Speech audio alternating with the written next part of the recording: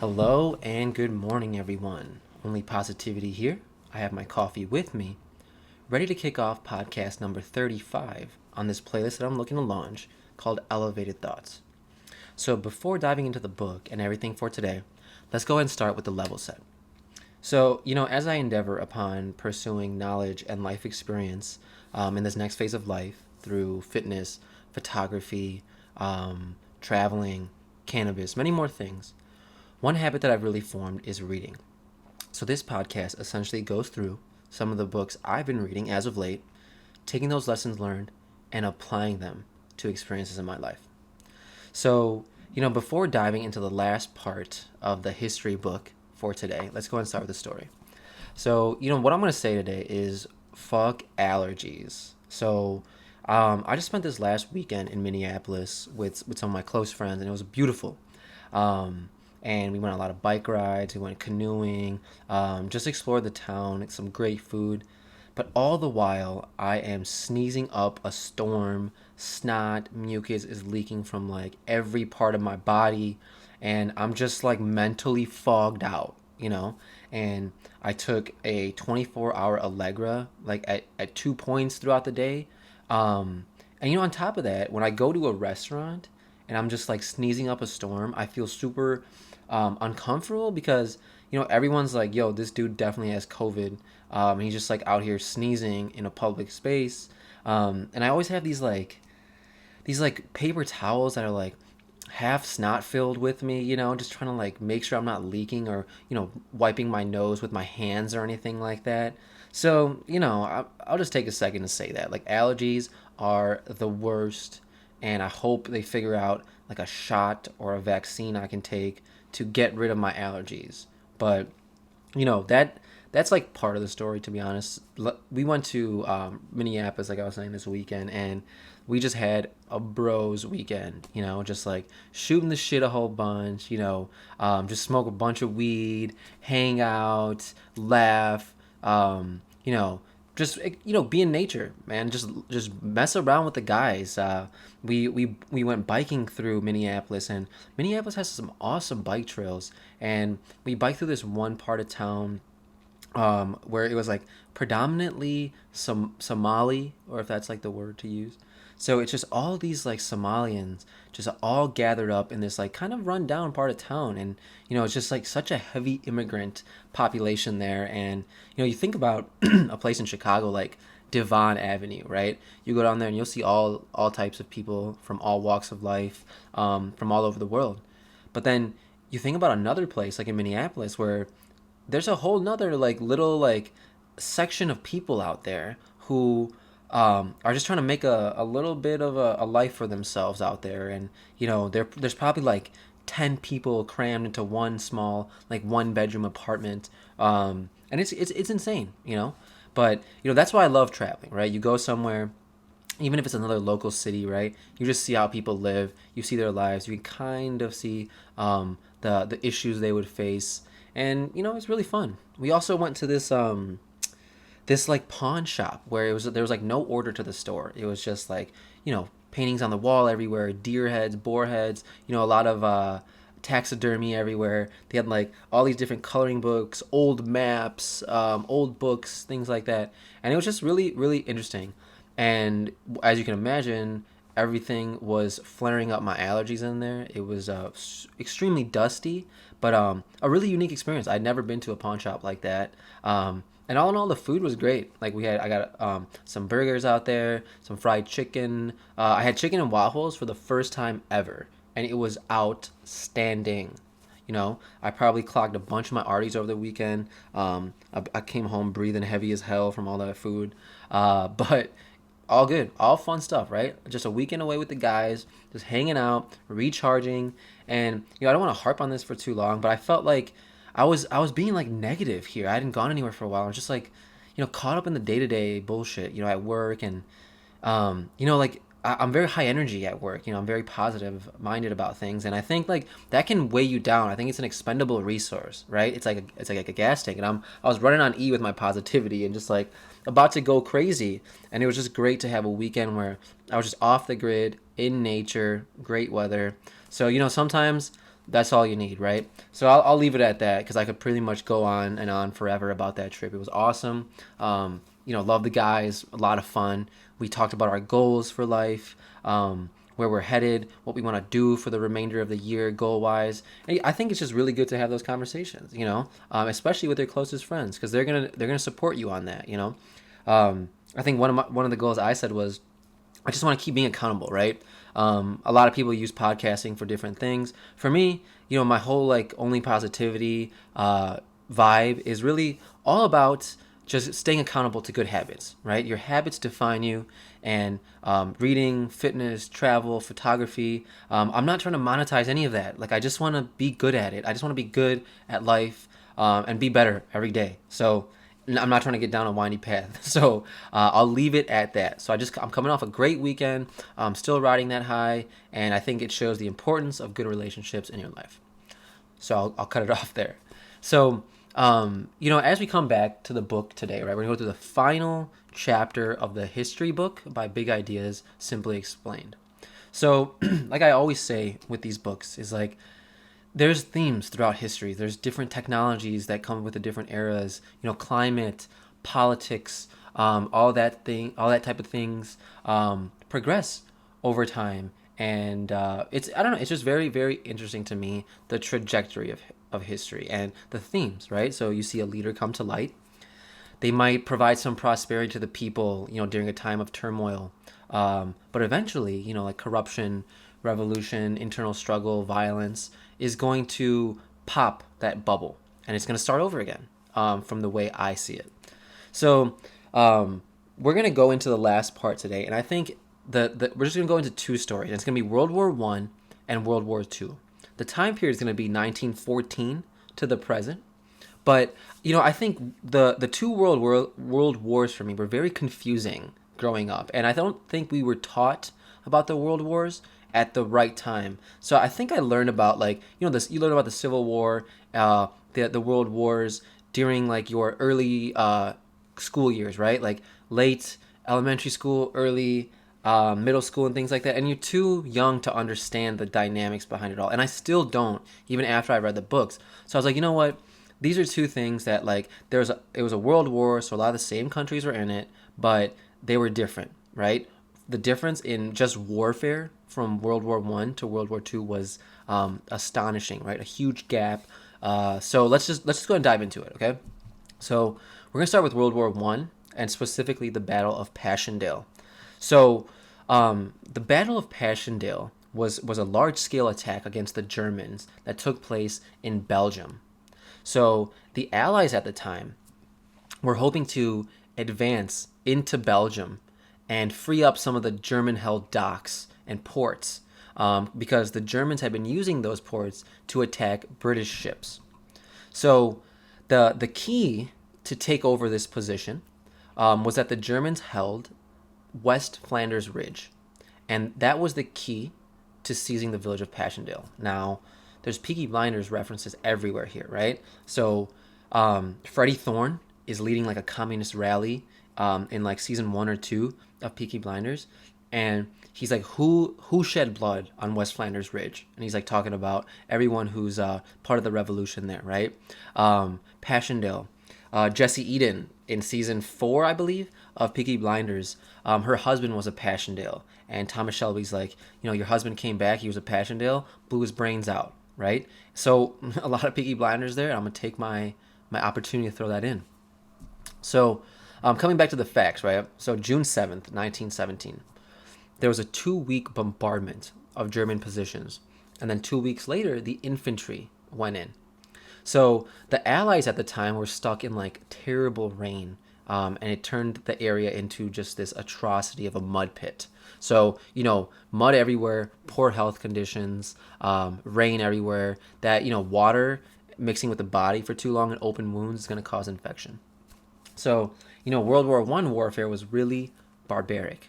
There's probably a lot of like, I don't want to say hand-to-hand combat, but close combat warfare, right? You saw people with the, like machine guns weren't used by everyone. A lot of the guns had to be reloaded, or they were just single bolt action guns. So still a little bit in the archaic warfare there. But let's talk about who the Allies were. So the Allies were the British, the French, the Canadians, and the Australian troops. So they take the village of Passchendaele on November 6th after like a 5 month onslaught, which is a long time to be fighting in just one location. If you think about all the soldiers that had to be fed, housed during that time, was probably an enormous amount of resources. But let's talk about what led to World War One, tracking back a little bit. So there was two main disputes that led to World War One. So the first was a dispute between Germany and France. And there was also a dispute between Austria-Hungary and Russia. So both of those disputes were over territory, obviously, and access to ports and like maritime trade, right? So we know that water trading, ships, that type of trading, export import, became a crucial part of society, right? And having access to those ports meant more money, more commerce, more growth, more GDP for the population. So, you can imagine, right? There's Germany, France, Austria, Hungary, and Russia. There's 4 countries. So both sides are going to need some allies. So in 1882, Germany, Italy, Austria, Hungary, they sign a treaty to support each other in case of a war. And in the 1890s, Russia, France signed an agreement to support each other in case one of them went to war against Germany. Now, Britain became a part of this treaty, and they became known as the Allied Powers after that. So what's interesting to me is like all these countries, they seem to be gearing up for a fight, right? Okay, like Germany, Italy, Austria, Hungary. Let's come together. If one of us goes to war, we all go to war. Russia and France. If Germany comes at one of us, the other one gets involved, right? It's like a WWE fight out there, right? It's like a Royal Rumble. But anyway, so as you can imagine, after all these treaties are going on and whatnot, both sides are starting to invest more in military. And that leads to a lot of global tension, right? Like you see another country gearing up, rearing up for a war. You're like, hey, I can't sit by here. What if they attack me? I got to be ready for this, right? But my thought is with that is before militarizing so hard, right? Before going so deep into fighting, why not just square away like what the beef is here, right? Um, Instead of being like, hey, you got my back, I got your back, let's talk about the potential damage this is going to inflict on potentially millions of people, the resources that are going to waste for us fighting, um, and the ultimate outcome. Like, what are we looking to do with all this, right?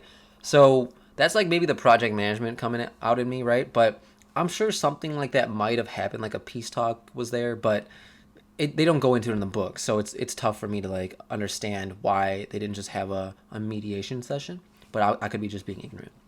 So anyway, so the spark that ignites the war comes in 1914. So supposedly a Bosnian Serb assassinated Archduke Franz Ferdinand. He was the heir to the Habsburg throne in Austria-Hungary. So it was thought that the Serbians were responsible, and then Germany, Austria-Hungary ready to attack. They're ready to go in. So Austria then secures some support from Germany, and Austria declares war on Serbia in July of that year, 1914. So it looks like they just needed a reason. So Britain comes in, tries to mediate this conflict, but then Russia mobilized on Austria, and then Germany gets involved, right? Because they had that treaty. So France gets involved because Russia did, right? Because they had that treaty as well. And then Britain gets involved. So the Germans invade Belgium, which is a neutral country, right? They weren't on any side there. And at this point, it just seems like nobody was listening to each other, right? Just gearing up for war. Like, I'm done listening. It's time to fight now. Fine. So Germany was honestly in World War One and Two. They're put in a bit of a difficult situation because they're the aggressors, right? They're the ones leading the attack or sparking everything. So they had to fight on the Western and the Eastern Front. Okay, so they did well at the beginning of the war. They beat the Russians, but the Austrians, who were Germany and them were on the same sides, were suffering defeats left and right. They could not hold their own. So Germany had to help them as well. So you think about like a basketball game, like where LeBron James has to play like not only like a power forward or a small forward, but he also has to play point guard, right? So after a while, I mean, he can do it all, but after a while, he's gonna get tired of having to play all parts of the team. So anyway, let's put some things into perspective for you guys. So there was a 400-mile stretch of trenches from the Belgian coast down through France into the Swiss border. Now, I just drove to Minneapolis this weekend, and Chicago to Minneapolis is about 5.5 to 6 hours, right? But it's a 400-mile drive. So if you think about all of that land, and obviously not all of it is encompassed with trenches, but a line, a trench line going that far, right? That's a stride. That is an exemplary fortification, an illustration of what man can do, which is inspiring, but not for war, obviously. So anyway, so talking about combat itself, so the two sides, right, would face each other, and then there would be an open space between the trenches called no man's land. So I don't know if anyone here has seen that movie 1917 when they go over the top. So as they're kind of creepily moving slowly, they are in no man's land, right? So that is a space between the two trenches of the armies.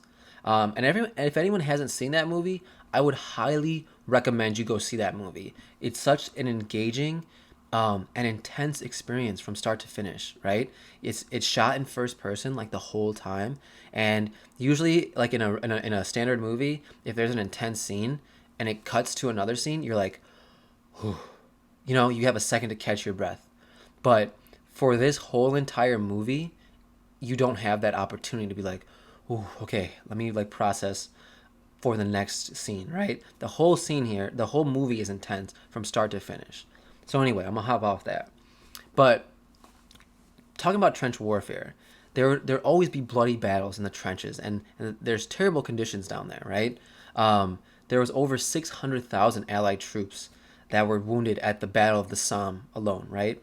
And Thomas Shelby, again, Peaky Blinders, he fought in the Somme and the Bulge. And I got to learn more about those battles as well. But apparently they were very monumental battles in World War One. So we talk about the weaponry. Okay, so tanks were used for the very first time in World War One.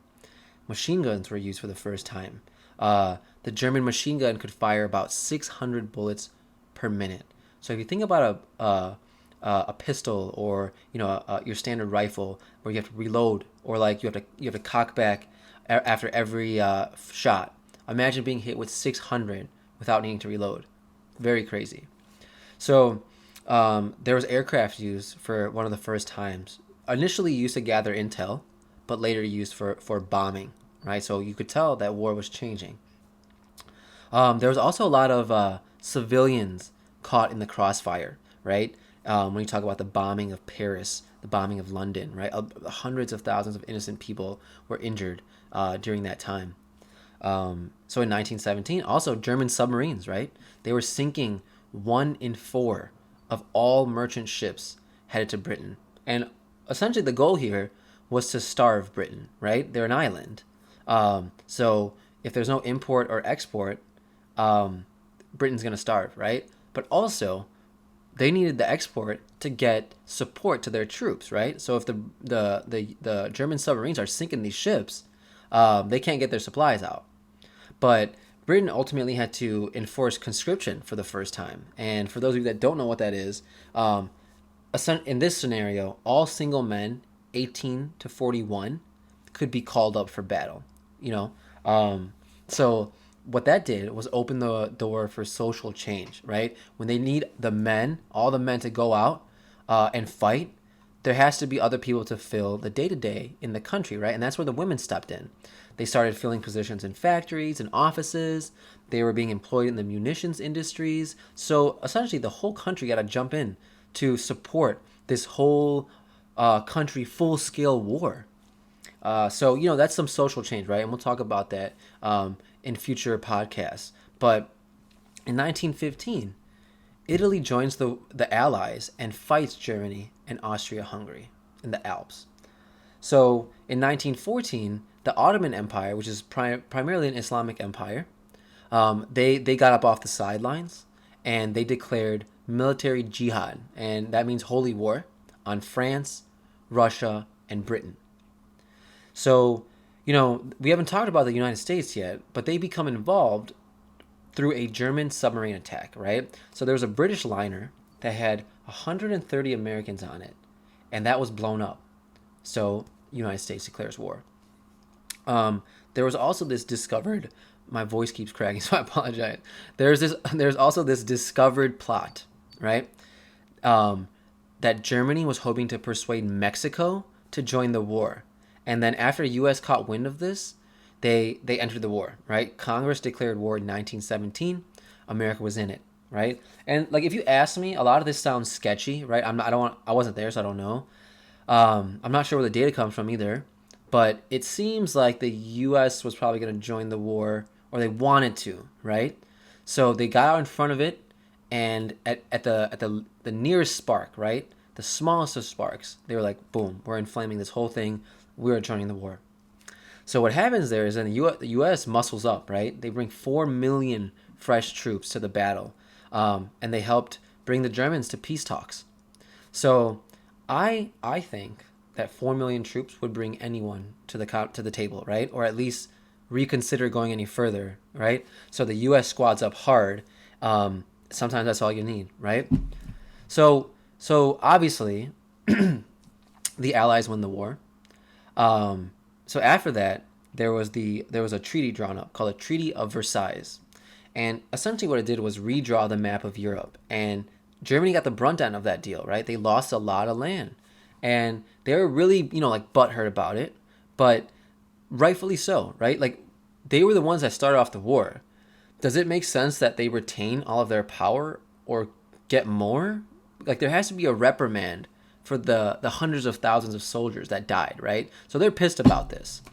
But after that, there's a committee established called the League of Nations, and it's designated to be like a peacemaker for internal conflicts or international conflicts. I apologize. So it proved useless almost immediately, and a lot of countries just chose to ignore the treaty. So I don't know if there was an enforcement plan enacted, but they just ignored it. So Benito Mussolini, who's a fascist, comes to power in 1922, and he outright publicly denounced the treaty. But on a side note, on a more lighthearted note, I'd be interested to hear if anyone has ever played this card game called Secret Hitler, and if not, I would highly, highly recommend it. So essentially, it's like the card game Mafia, right? So no one knows what each other's cards are. You got to put people on trial, and the people on trial have to make a case for themselves, and you want the liberals to win, right? And as the fascists gain more cards, they have more power, right? They can implement different laws and things like that. And it really takes being animated to play this game well. So like I think it brings out the best in people and like the funniest parts of people, because they literally have to make a case for something that is so fictitious. But anyway, I would highly recommend you guys play that game. So talking about the Treaty of Versailles, right? So in Germany, that treaty was despised. Everyone hated it. It led to a lot of resentment, and ultimately the Nazi Party formed because of it. Not solely because of it, but it was in the mix. So that really sowed the seeds for World War II. But before we jump into World War II, let's talk a little bit more about trench warfare. So, trenches were like these small little divots in the ground where the soldiers would live, okay? And they would like fortify the borders with wooden frames, sandbags, all that stuff. It's said that the German trenches were a little bit more sophisticated, right? They had like electricity, lights, toilets, but, when you have a bunch of people in like the dirt and underground, there's going to be infections that develop, right? So the trenches would fill up with rats and lice, and soldiers would get trench foot and things like that. And they're probably outside in these terrible, terrible conditions, They would have to be on constant alert of like a grenade being thrown over there, or if you poked your head up just to see what was going on, you could get sniped or hit with some poison gas. So, a very tough, traumatizing time for soldiers, right? I'm sure they had such terrible PTSD when they came back, because imagine you can't even look outside of that little hole you're in. You have to stay in it because you run the risk of dying if you even poke your head up a little bit, you know? So, I can't even imagine what it would be like to be around or be in that war, but very scary. So anyway, we hop off of World War One, and we'll jump into World War Two. So the World War Two takes place 1939 to 1945, and the Holocaust was in there as well. We're not going to go into that because it's a well covered topic, I think. But again, World War Two was one of gray area for me, so that's why I chose to dive into it here. So anyway, August of 1939. So Nazi Germany and the Soviet Union signed a non-aggression pact, and they secretly agreed to invade Poland and divide it amongst them. Now this is interesting, right? Because we just talked about in World War One how Russia and Germany were on opposite sides of that war, but now they come together to sign a non-aggression pact and invade Poland. So Joseph Stalin, who was the president or the leader of the Soviet Union at the time, he thought that Germany offered the best protection to the Soviet Union. So, like I said, in World War One, Russia and Germany are pitted against each other. I mean, this war is about 20 years later, and the sides are changed drastically. So after a week of that non-aggression pact being signed, over 1 million troops invade Poland from the west. And then a week after that, Russia invades Poland from the east. Now, the main reason for this assault was the pursuit of Lebensraum. So that's a German word, I believe, meaning living space. So they did this. The justification was it was a necessary expansion for the German people, and that's Hitler. That's what he said. So Hitler saw the Germans as the superior Aryan master race with the right to displace inferior races. I mean, right? So that is some outright bullshit. So another sign here of rulers assuming things with no logical reason. So why did Germans feel that they were superior? Why did Hitler feel as if Germans were superior? What signified that? Not too sure, But he thought it, and he was able to persuade millions of people to commit genocide because of that, right? So we come back to the invasion of Poland and all that, right? So Poland puts up a good fight, right? And the book mentions it, so they must have.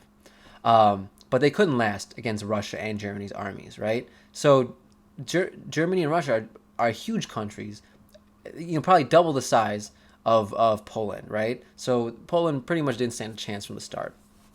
So Germany begins this terrible regime in the German-controlled parts of Poland, right? Hitler calls the initiative ethnic cleansing. So he forces about 5 million Jews into ghettos.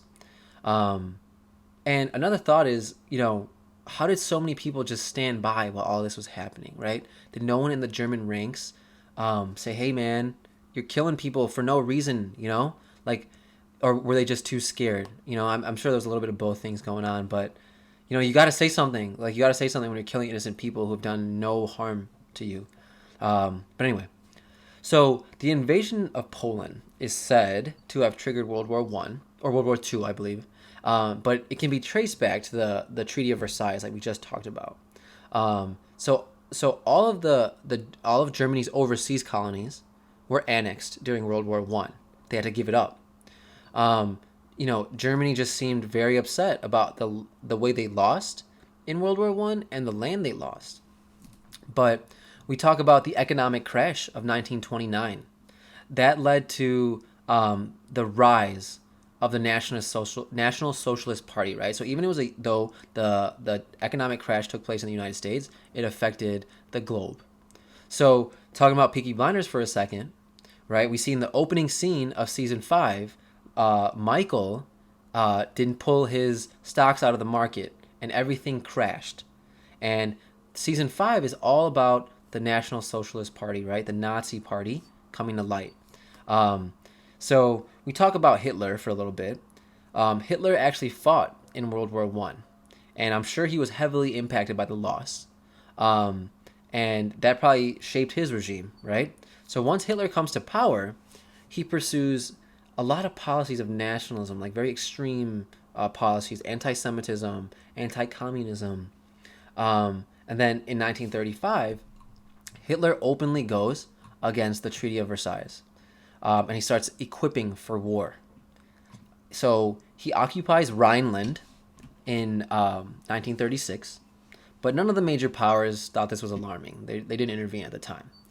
So in 1938, Hitler annexes Austria to Germany, and then he moves on the German-speaking portion of Czechoslovakia.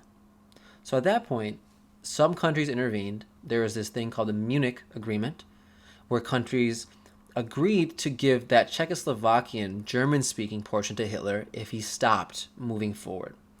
And the British Prime Minister thought he had secured peace, but later that year, Hitler takes over the remaining portion of Czechoslovakia.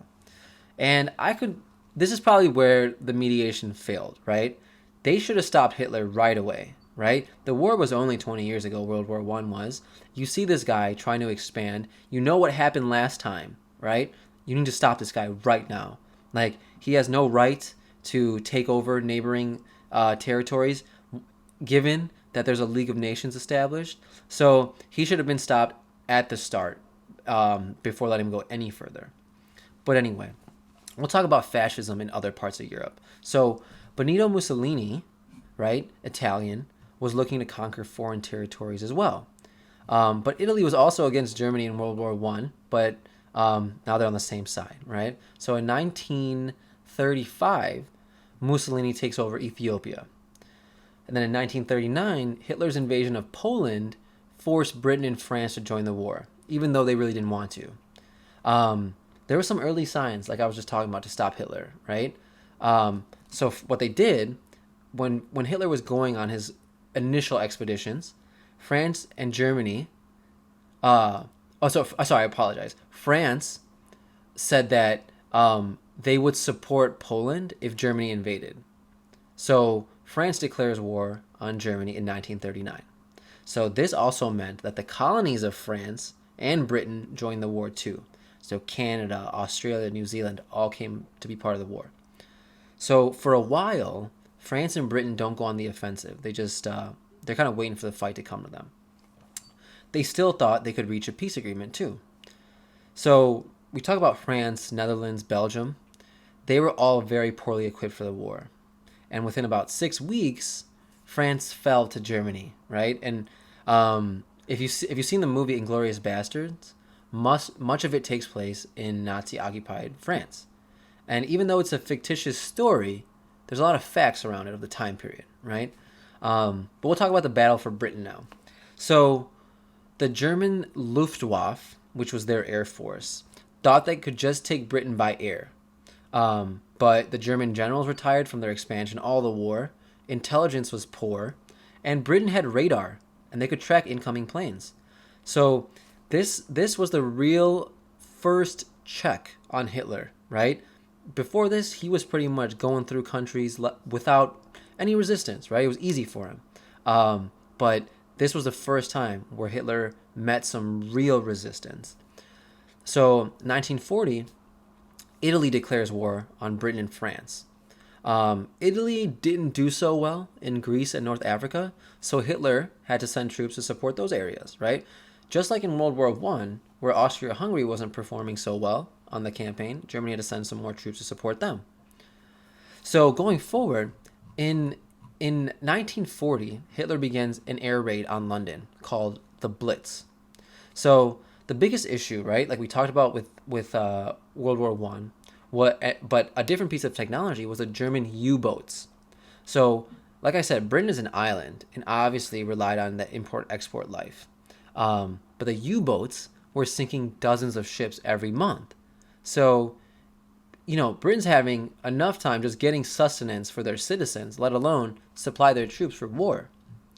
So, Britain then gains a friend when Hitler invades the USSR, right? And which is funny to me because the books pretty much illustrates that the USSR, the Soviet Union, and Germany were kind of starting this off together. But anyway, I'm not exactly what went down between the two of them, but maybe Hitler just went crazy and went on a rampage, right? Just got super bloodthirsty, and wanted to take over the whole world.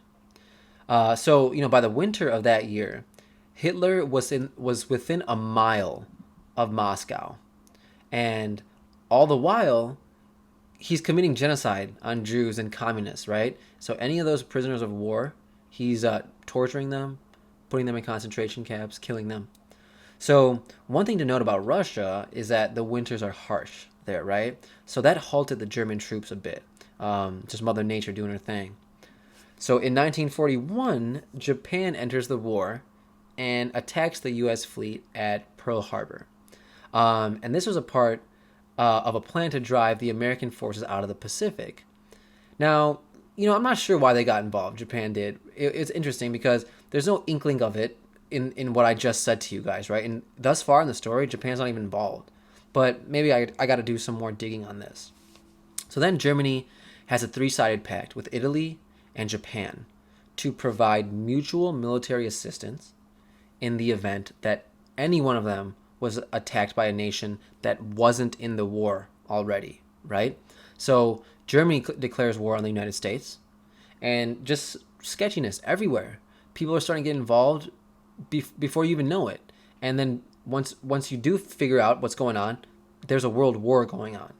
So Britain, now has Joseph Stalin, with the USSR, and Franklin D. Roosevelt with the United States on their sides. Huge world superpowers, right? Two good countries to have at your side when you're going to war. So Americans start manufacturing war materials by the masses, right? They're ready for this. They supply the Allies with what they needed. And they're essentially turning war into a business here, right? Or having a business-minded approach to war, which is not a bad thing, I'd say. So Japan will go forward and they'll capture the Philippines, Malaya, Burma, Indonesia, and Singapore. But in 1943, the Allies come together and have a meeting to liberate Europe. So the Russians are driving the Germans back east. And all the while, British and American troops are advancing through Italy. So a large Allied force arrives in Normandy in 1994. And I'll admit, I had no idea where Normandy was, and it's in France, but I had no idea where it was until I Googled it. So, majority of my World War I and II knowledge is going to come from Call of Duty, right? Like in Call of Duty, World at War, at the end where, they're going to kill, you're going to kill Hitler and like liberate Europe, right? And you see like the whole like monument blow up at the end of that game. That's pretty much where the majority of my knowledge had come from. There's also a lot of you're working with a lot of Asian troops in the beginning. You're killing a lot of Asian troops. You're on the beaches and stuff like that. So there's a lot of different nationalities involved, and that's pretty much what I gained from that video game. But anyway, so slowly the Russian troops are advancing block by block, and they're making their way to Berlin. Right, they're pushing the Germans back. They're pushing them back, pushing them back. So, at this point, Hitler knows that he's going to be defeated, right? So he commits suicide April 30th. And then a week later, Germany surrenders. The last act of war actually occurred when the United States dropped atomic bombs on Hiroshima and Nagasaki. So the bomb they dropped on Hiroshima was called Little Boy, and the one they dropped on Nagasaki was called Fat Man. So just some terrible horror inflicted on these two cities. People, animals, buildings, just instantly incinerated in the heat. They say about 70,000 people died immediately. So after the first, bombing of Hiroshima, Japan still doesn't surrender. So the United States drops Fat Man on Nagasaki, killing 50,000 people instantaneously. Now, the book says that the U.S. did this to avoid a bloody land war. And that doesn't really make sense to me because you killed a bunch of people anyway. But a lot of people lost their lives due to the long-term effects, right? Like radiation or sickness. And my thought is after reading it, you would think like no one flexed that hard. in that war, right? The U.S. came in like, yo, we don't gotta do anything. We're just gonna drop a bomb on you guys. So you would think that they would do anything they can to avoid killing innocent people, but sometimes you gotta pull it out. You gotta show them what's up, right? Like you gotta like send a message, I guess. I don't know, but anyway. So a couple of facts here, right? The World War II was the most destructive war in history. About 60 million casualties. The Allies were determined that a war like this should not ever happen again. So 50 nations met in 1945 and they set up the United Nations. So, so far it seems to be working, but I'm sure we're going to get into some more war type issues in future podcasts. But that's all I had for you guys today. So I hope you guys are appreciating the podcast. Feel free to leave me any feedback. And remember, only positivity. Thanks, guys.